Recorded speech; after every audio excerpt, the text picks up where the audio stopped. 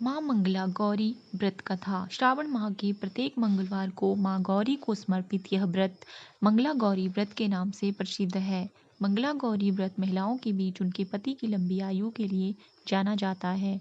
एक समय की बात है, एक शहर में धर्मशाह पाल नाम का एक व्यापारी रहा करता था। उसकी पत्नी काफ़ी खूबसूरत थी और उसके पास काफ़ी संपत्ति थी, लेकिन कोई संतान न होने के कारण वे दोनों अत्यंत दुखी रहा करते थे।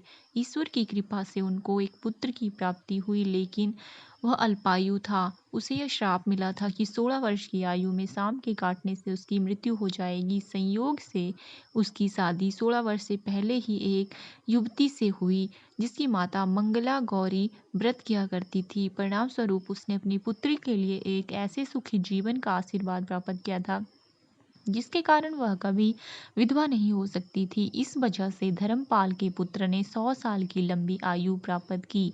इस कारण से सभी नव विवाहित महिलाएं इस पूजा को करती हैं तथा गौरी व्रत का पालन करती हैं और अपने लिए एक लंबी, सुखी तथा स्थायी वैवाहिक जीवन की कामना करती हैं। जो महिला इस मंगला गौरी व्रत का पालन नहीं कर सकती, उस महिला को श्री मंगला गौरी पूजा को तो कम से कम करना ही चाहिए। इस कथा को सुनने के बाद विवाहित महिलाएं अपनी सास एवं नंद को 16 लड्डू देती हैं। इसके उपरांत वे यही प्रसाद ब्राह्मण को भी ग्रहण करवाती हैं।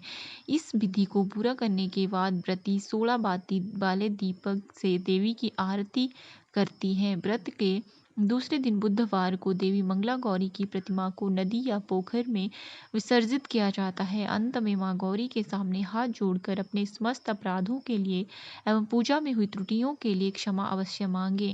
इस व्रत एवं पूजा के अनुष्ठान को परिवार की खुशी के लिए लगातार 5 वर्षों तक किया जा सकता है।